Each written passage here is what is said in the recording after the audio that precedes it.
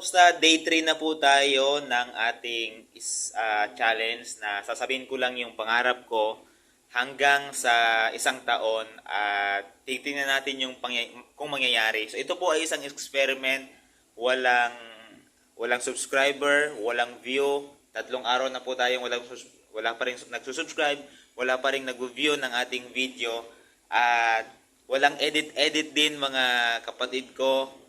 At ito lang po yung mga pangarap ko na sasabihin ko at titignan ko 1 year ago kung ano ba yung pag-usad nito, kung sa mga pangarap ko ay meron na ba akong narating.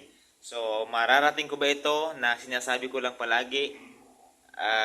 Titingnan po natin. Ito yung pangarap ko. Una, ang pangarap ko makapagbigay ng tithes sa aming church ng 100,000 pesos monthly.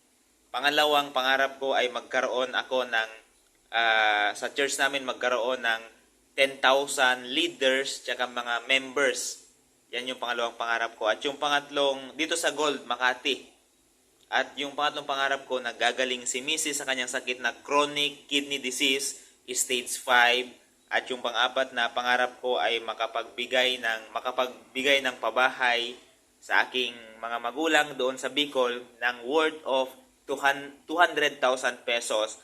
At pang-5 ay magkaroon ako ng 1 million subscriber. At pang-6 na pangarap ko, makabili ng yate. Yan lang, hanggang dito lang. Once again, this is 1M subscriber. God bless you. At kung nakarating ka dito, paki-subscribe na para lalang. Salamat. See you tomorrow.